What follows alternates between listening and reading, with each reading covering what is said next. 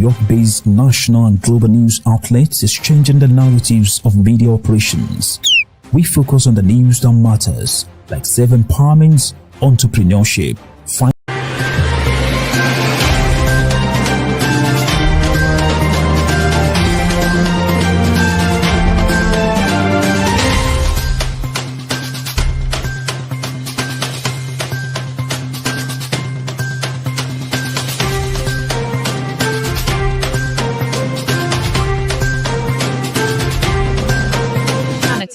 Keep watching The Politics every Friday, 12 p.m. Eastern Time on New York Parrot TV, the voice for humanity. Welcome to Talking Politics. My name is Robert Press. I'm a reporter, as you can see by my official New York City press card. I write for the Bronx Post and the Parkchester Times. Both, like this show, are part of Parrot Media Corporation. I also contribute to the Co-op City News, have a blog at www.100%.blogspot.com, and Facebook pages 100% and What is Going On in Your Community Board. The views expressed on this show are those of the host, any guest, or anyone commenting at the bottom of the screen, not necessarily those of Parrot Media Corporation. And Mr. Producer, we have to change that opening because Joe Biden's no longer president, and it looks like Eric Adams is not going to be mayor. So after Election Day, we're going to have to change that opening. Now, let me get on to the weather. Today, Friday, will be a hot 87, cooling down a few degrees on Saturday to 83. Sunday looks like the best beach day, hitting at 90. And then we go down to 82 on Monday to begin the week, with the temperature going down into the 70s as Hurricane Eric veers away from the North Carolina coast and out to sea. It's too bad. I wish Hurricane Eric would have come here to the Bronx. But meanwhile, Eric Dinowitz, the assemblyman, the councilman, stays up in Riverdale. Let's get into some world news. The crisis in Gaza. Israel has been hammering Gaza City with another 123 people reported dead in the last days, as the deadly war nears almost 2 years, and not a single person has been charged or prosecuted by Israel for the October 7th attack, even as several hundred Palestinians have been detained in suspicion of involvement, and thousands of other Palestinians are being held for alleged connections to Hamas. The Democratic National Committee will weigh two different resolutions on growing humanitarian aid crisis in the Gaza Strip at its monthly meeting. Votes will be taken on whether to back a ceasefire in return of hostages held by Hamas, and on the resolution recommending suspension of military aid to Israel and support for recognizing a Palestinian state. Now, Israeli Prime Minister Benjamin Netanyahu hinted that the ceasefire efforts in Gaza are now focused on a comprehensive deal that would release the remaining hostages all at once and not piecemeal. President Donald Trump is he spoke with European leaders and Ukrainian President Vladimir Zelensky yesterday morning in an hour-long virtual meeting ahead of Trump's much-anticipated summit today with Russian President Vladimir Putin. Though the White House has tempered expectations leading up to the confab, it's a possible ceasefire deal that could end the 3-year Ukrainian war. Trump said the meeting with leaders this morning was a very good call, or yesterday morning, I should say, that he rated a 10. He also said that his plan has always been to speak with both Putin and Zelensky, and that he would call Zelensky after meeting with Putin. Trump said Putin could face some very severe consequences if he is still not serious about ending the war.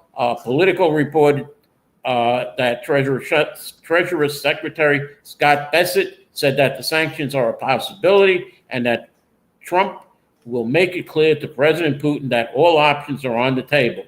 There's a very good chance that we're going to have a second meeting, which will be more productive than the first, Trump said. Meanwhile, Russian sources say that this meeting should take about 7 hours. The Ukrainian leader, Vladimir Zelensky, says Putin is bluffing at yesterday's meeting when he traveled there to Berlin. He is trying to apply pressure before the meeting in Alaska, where Trump and Putin will meet on all directions of the Ukrainian front. He doubled down on his call for sanctions, saying Putin is acting as if sanctions are not important to him, and they are not working. In fact, sanctions are very helpful and they are hitting the Russian military economy. Russia says that its demands haven't changed, that Kremlin still wants the Ukraine forces out of key territories they occupy and for Ukraine to abandon its bid to join NATO. Russia currently occupies about a fifth of the Ukrainian country, including all of Crimea, a long-standing disputed territory. The Department of Justice is now investigating New York State Attorney General, and that it's the case of the fraud case that it was brought by Donald Trump, says NBC News. Federal prosecutors are in the early stage of an investigation into the Office of New York Attorney General Letitia James. The probe is focused on whether or not the Attorney General's office caused a deprivation of legal rights under the color of the law through its civil suits against Trump and his business, as well as the National Rifle Association by the U.S. Attorney's Office for the Northern District. James' lawyer, Abby Lowell, responds via the New York Times, the most blatant and desperate example of this administration carrying out the president's political retribution campaign. This retaliation campaign rolls on as AG Attorney General Pam Bondi has now tapped Ed Martin as a special prosecutor to undertake the mortgage fraud investigations into James and Senator Adam Schiff of California. Now, as far as the immigration goes and a significant escalation of his fight against Latin American drug cartels, President Trump has now quietly instructed the military to start going after them, the New York Times reports. This could lay the groundwork for U.S. military to take action in foreign countries against cartels the U.S. has labeled as terrorist groups, which could raise legal, constitutional, and diplomatic concerns. The FBI, by the way, is starting to add people linked to these cartels to the terrorist watch list. Local law enforcement agencies were asked by the Bureau to start providing names of people and their families, family members, or associates, and this has the potential to expand the watch list with many more Americans. Now, as far as what's happening here in New York City, some of the migrant vendors who you might see on the street are not going to work for fear that they might be taken in by ICE. No, we're not going to talk about that. It was a wonderful opening, AJ. AJ wants me to talk about the opening of Christy Marmorato's office. I was hoping to have the councilwoman on today. Yesterday was a State Council meeting. I didn't know that, unfortunately, and today are committee meetings. So, AJ, no, I'm not going to talk about that. It was a wonderful opening. I was there. You saw my post with all the people. And the one troublemaker who went over to Jennifer Rakumar's commemoration of a fallen person in her area. And that's it, AJ. I'm not going to talk about it anymore. As I was talking about the illegal aliens before, Secretary Noem announced 1.6 million illegal aliens have left the United States, which data reveals that the world is hearing Secretary Noem's message loud and clear. If you are in America illegally, leave now or face arrest, deportation, and fines. On Thursday, Department of Homeland Security Secretary Kristi Noem announced that in her first 200 days as secretary, the United States has seen a decline of approximately 1.6 million illegal aliens across the country. In less than 200 days, 1.6 million illegal immigrants have left the United States population, she said. This is massive. This means safer streets, taxpayer savings, pressure off of schools and hospital services, better job opportunities for Americans. Thank you, President Trump. She ended these. President Trump and Secretary Noem unleashed U.S. Immigration and Customs Enforcement, ICE agents, Border Patrol to carry out targeted operations to remove criminal aliens. Additionally, President Trump delivered the most secure border in history. The American people are generously offering illegal aliens $1,000 and a free flight to self-deport themselves. Now, as far as our mayor's race, affordability was at the center of Zohan Madami's primary campaign for New York City mayor. Now Donald Trump is the focus of his general election bid. The Democratic nominee launched a 5-borough tour against Trump on Monday to amplify how he believes the president will bring harm to New York City and why he thinks he should be elected to lead the opposition. He's also trying to outdo Andrew Cuomo, Eric Adams, and Curtis Lewa. He's trying to tie them all to Trump, adopting a classic general election playbook by casting two fellow Dems and the Republican nominee as the president's favorite picks. Mamdani's recalibration comes as Trump announced that he's activating the National Guard to respond to crime in Washington, D.C., listing New York and Chicago as cities that could be next in line. The young assemblyman who stunned the Democratic establishment by defeating Cuomo in June now faces the task of winning the November election by a hefty enough margin to bolster his mandate. Mamdani, a Democratic socialist, is still seeking the endorsement of Democratic Party leaders, including Governor Kathy Hochul, State Senator Minority Leader Chuck Schumer, House Minority Leader Hakeem Jeffries, and others, which I will get into later. But without them, he's going after Trump and anyone he argues would be used by Trump against New Yorkers. He noted Monday that Cuomo conversed with Trump, which Cuomo has denied, and Adams' criminal fraud case was dropped at the urging of the Trump administration, and that Curtis Lewa shares a political party with the president. My administration will be Donald Trump's worst nightmare, Mamdani declared last week. Trump questioned Mamdani's citizenship, vowed to arrest him if he interferes with federal agents, crackdown on illegal immigration, and threatened to cut federal funds to New York City if Mamdani doesn't do the right thing.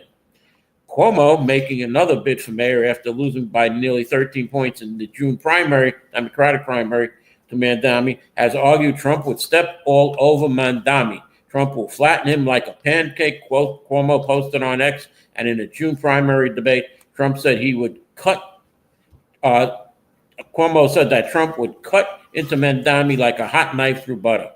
Now, as far as Eric Adams, the incumbent mayor, he has said that he is not beholden to anyone, including the president. He insisted that he seeks a working relationship with Trump for the benefit of the city.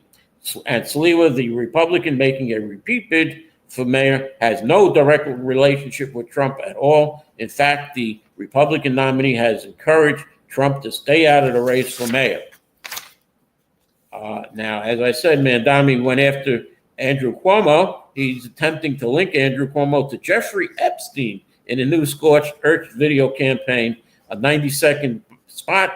Mamdani, looking into the camera, demands that Cuomo release his list of consulting agent clients, noting that the ex-governor once worked on a luxury marina project with a pal, Andrew Farkas, whose former business partner was Jeffrey Epstein.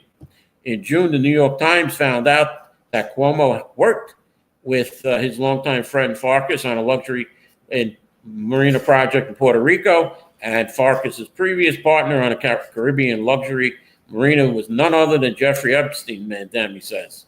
The mudslinging from Mamdani comes days after Cuomo hammered the socialists for snagging a $2,300 rent-stabilized apartment in Astoria, despite his family's apparent wealth. Cuomo even proposed Zohan's law to prevent well-to-do residents from obtaining rent-restricted apartments. This new spot starts with Mamdani noting that Cuomo resigned in disgrace, and you probably know why, then shows footage and articles about the women who accused the then governor of sexual misconduct and the controversy surrounding the nursing home policies in the COVID-19 pandemic. Cuomo didn't know Epstein, but you can smell the desperation from conspiracies peddling Zohan seeping through your screen, said Cuomo campaign spokesman Rich Appizzaro. The former governor, who was running as an independent in the November election after getting soundly beat by Mamdani in the Democratic primary, has vehemently denied he had sexually harassed anyone. One campaign strategist said Mamdani's ad was a gusty move and a likely response to Cuomo scoring points by hitting him for his rent-stabilized apartment. It's a gutsy move. It's a page out of Donald Trump's playbook. When the candidates say something about opponent, voters pay attention to it. Mamdani risks tarnishing his image by getting in the mud with Cuomo, even if he wants to keep the focus on the ex-governor's past scandals, said Lee Marenkoff, director of Marist University Institute for Public Opinion. I am going to stop here. It is at the time for my commercial, so I will be coming back with some more mudslinging about Lieutenant Governor Anthony Delgado going after Governor Kathy Hochul, and more endorsements, who's endorsing who, and Eric Adams' woes with the Campaign Finance Board. So let's go to a commercial right now, Mr. Producer. Imagine a media platform that reshapes the conversation, empowers your voice, and redefines the Bronx community. Bronx Post, changing the reality, changing the narrative. For businesses, politicians, and government agencies, we offer targeted advertising solutions that drive results. Amplify your message. Reach the heart of the Bronx and beyond. Our platform connects you to the community. Learn more. Email info@bronxpost.com or call 718-892-5555. Visit www.bronxpost.com for breaking news and updates. Bronx Post, changing the reality, changing the narrative.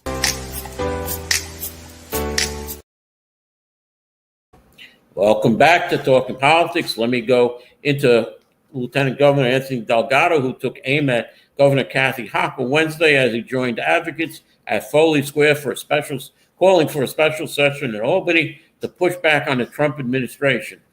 Don't tell me these counties are acting as renegade counties, Governor, when you have the ability to stop it, Governor, said Delgado. Don't tell me we can't close the loophole of making sure that ICE does not enter into agreements with the private prison industry complex. In March, Hochul blasted renegade counties for signing agreements with ICE to detain undocumented immigrants. Delgado appeared alongside state lawmakers, including state Senators Julia Salazar and Jason Brisport, at a rally organized by Citizen Action of New York, Vocal New York, and Make the Road New York. They called on Hochul to convene a special session to pass legislation to limit law enforcement's abilities to collaborate with ICE and prohibit New York institutions from contracting with immigration detention centers. The lieutenant governor, who's running against Hochul in the Democratic primary in 2026, also took aim at the Democratic Party for not representing the working class.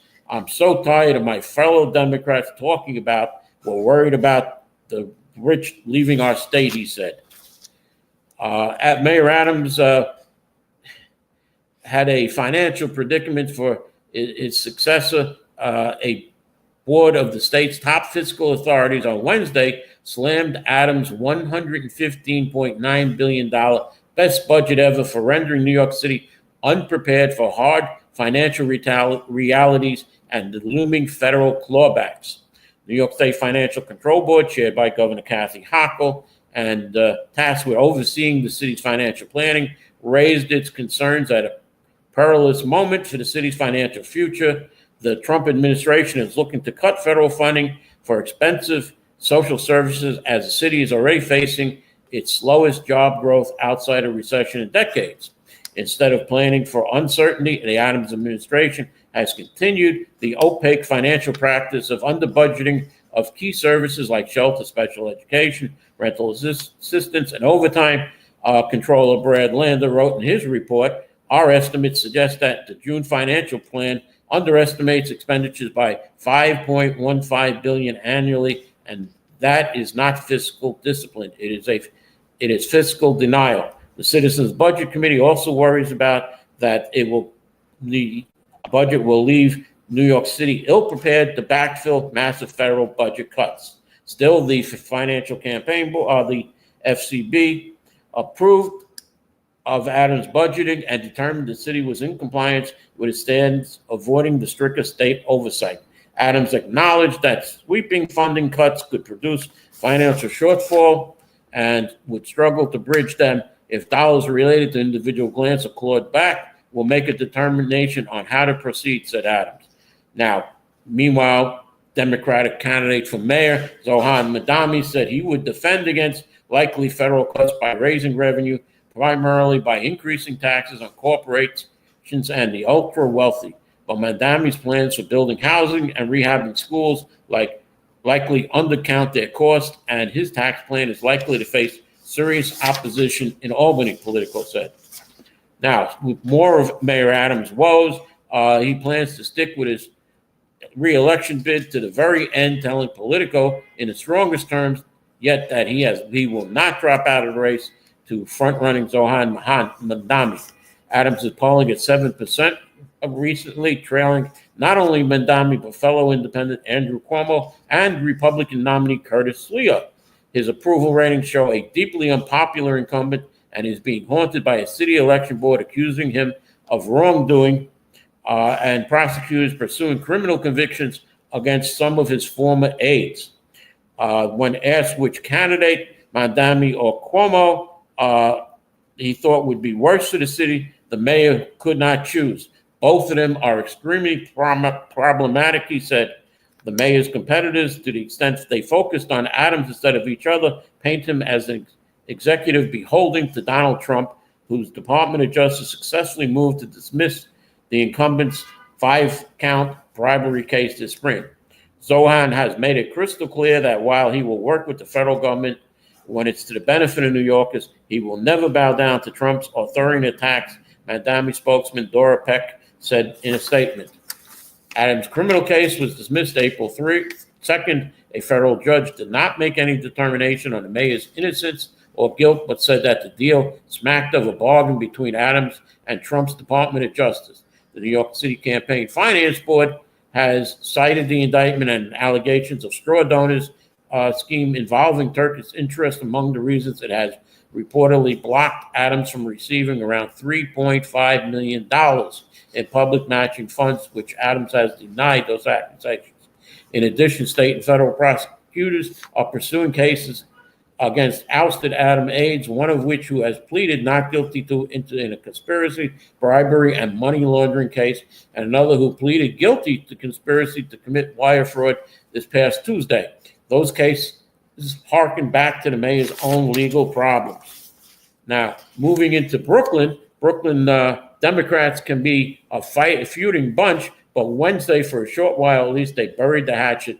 Bitter rivals stood side by side in a boisterous support of Zohan Madami at Flatbush Gardens housing complex, the second stop of the Democratic mayor's 5-borough against Trump tour. The first stop in Staten Island didn't go so well, but public advocate Jumaane Williams said, "I need you to understand what's going on right now because I don't think this group of people agree on nothing," he said of the Brooklyn delegation. He said Democrats more broadly should follow their example in supporting the party nominee for mayor.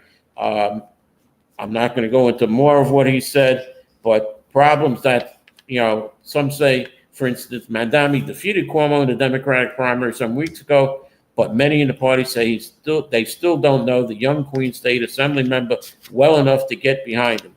Others cite his criticism of Israel and reluctance to condemn the phrase globalize the infidel as reasons for concern. Madami has struggled to shore up support among politically moderate Black and Jewish voters. Governor David Paterson has now endorsed Eric Adams, and he believes Adams has a shot at turning his poor poll numbers to win the general election. It's an increasingly unlikely proposition given the incumbent's single digits standings in some polls. Paterson, though, who endorsed Cuomo during the primary, expects the mayor will run a strong campaign and pick up steam next month. So he's formally endorsed him yesterday afternoon on the steps of City Hall. There's a path to victory to him, Paterson told Playbook. I would hate to just have to sit out this election, and he didn't win, but moved up, and it became a closer margin. People will start assessing how they feel after Labor Day, as they usually do. He's got to really put an effort, even beyond what he did in 2021, to turn around. He's fully capable of doing that. As far as Congressman Dan Goldman goes, He will not endorse Zohan Madani until he takes his concrete steps to address Jewish voters' fear about hate crimes, he told Playbook on Wednesday. We had a good conversation. I am pleased in some respects with many of the things he said. I'm interested to see how he moves forward and what actions and concrete steps he takes to address the significant concerns of the 1.3 million Jews in New York City who are justifiably and understandably very afraid of the recent hate crime statistics that came out, Goldman said. Mandami faced criticism for attacking Israel and aligning with a pro-Palestinian movement that some consider to be anti-Semitic. But he has talked frequently about his plan to increase funding for anti-hate crime initiatives with his proposal, the Department of Community Safety, and polls show him with a comfortable lead among Jewish voters in the general election. Goldman said he was not looking for any one specific commitment from Mandami, but speaking in general. Mandami's campaign didn't respond to a request for comment. And again, there was talk about Governor Hochul, Hakeem Jeffries, and Chuck Schumer, and now Dan Goldman, who are not openly backing Zohan Madani for mayor.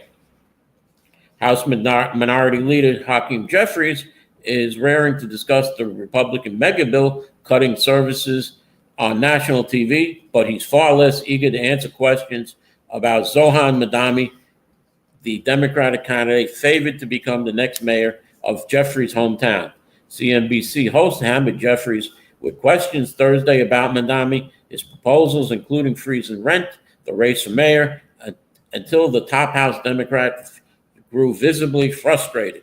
I'm trying to understand why you would spend a significant amount of time asking me about the Democratic nominee who's not even the mayor, Jeffrey said when asked about the free market advocacy versus democratic socialism, saying it's Trump who is regularly attacking the free market economy, bullying corporations, bullying universities, bullying law firms. Jeffries and Mandami met last month in Brooklyn, but Jeffries is among the Democratic leaders who have yet endorsed the party's pick for mayor. As I said, Jeffries condemned Mandami's focus on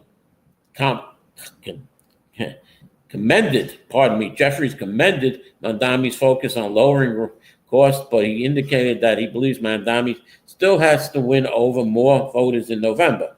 He ran a strong race in the primary, obviously relentlessly focusing on affordability, which is a big problem, Jeffries said. But now during the general election, he's going to have to demonstrate to a broader electorate, including many of the neighborhoods that I represent in Brooklyn, that his ideas can actually be put into place. Independent candidate for mayor, Governor Andrew Cuomo, said Thursday he would not release the list of clients who paid his legal consulting firm Innovative Strategies during the time he was out of the public eye. During a Thursday briefing, the independent Cuomo flatly declined to publicize his client list, continuing a posture that he has since the primary, as Politico previously reported. They were private clients, and there's an attorney-client privilege, Cuomo said, but there was no representation before any city or state government. As Governor Cuomo pursued new ethical rules that mandated disclosure of legal clients who paid state legislators and sought to limit exemptions for attorney-client privileges. And while he said he did not advocate for clients before local governments, a Bloomberg report found that the former state executive worked as a paid advisor to a cryptocurrency exchange facing a federal investigation.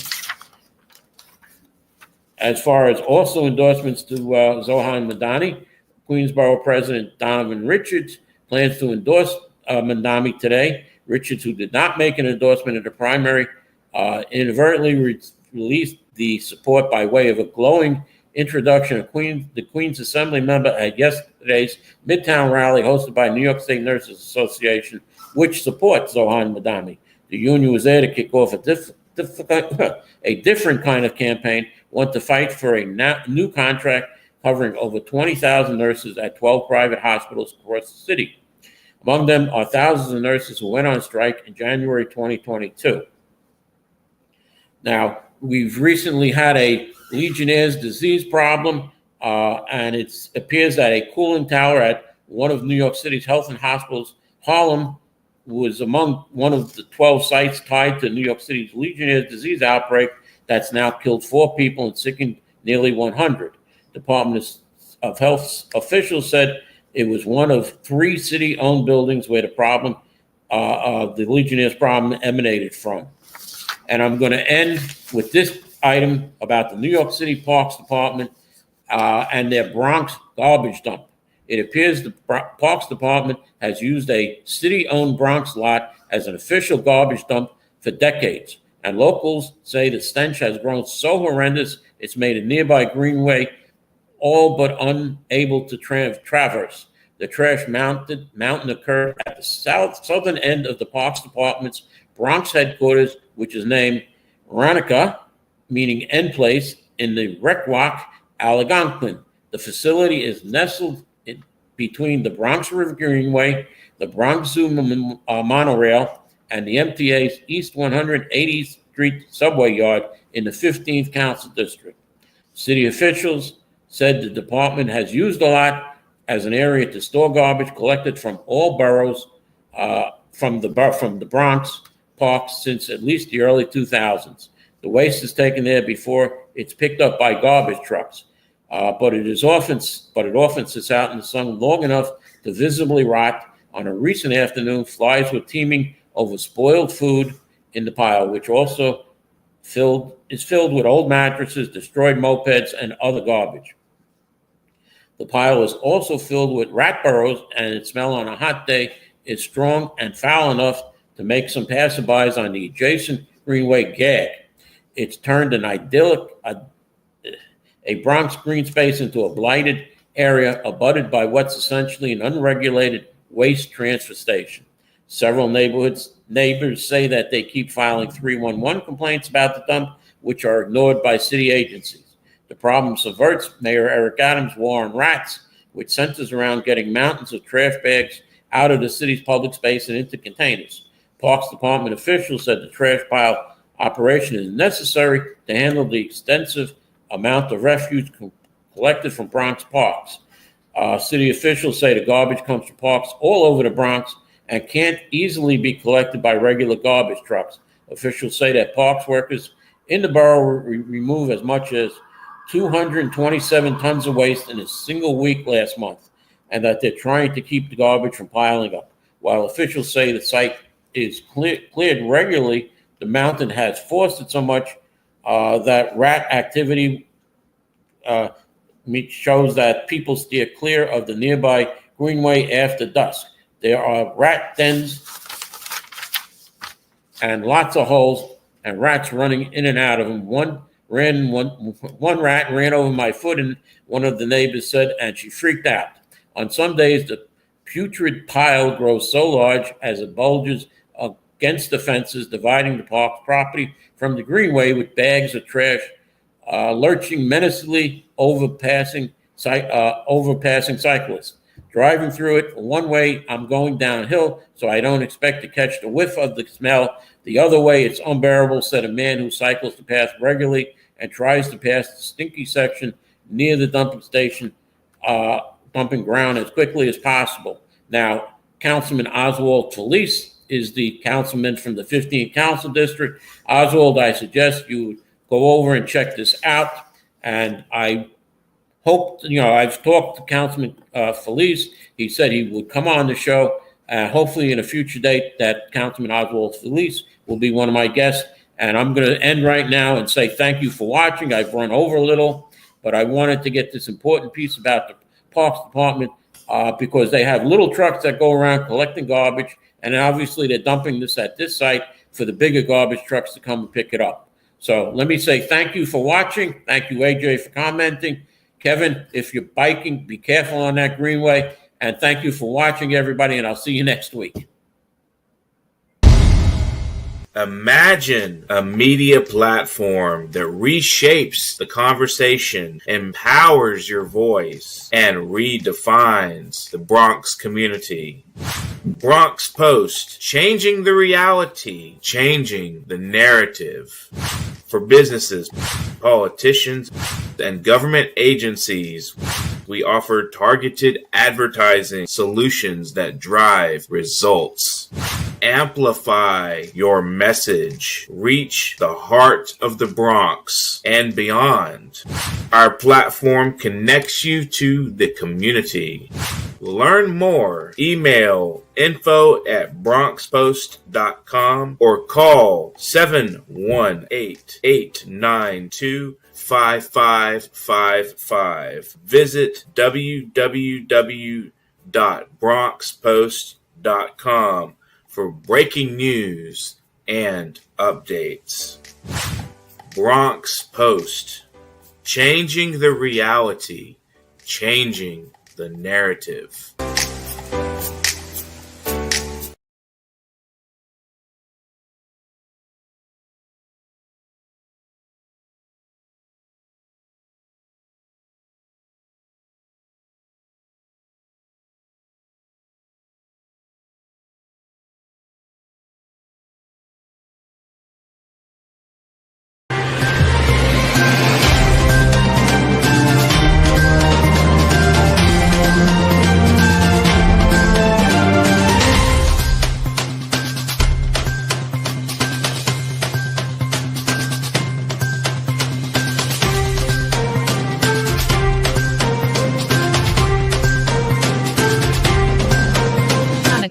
Keep watching The Politics every Friday, 12 p.m. Eastern Time on New York Parrot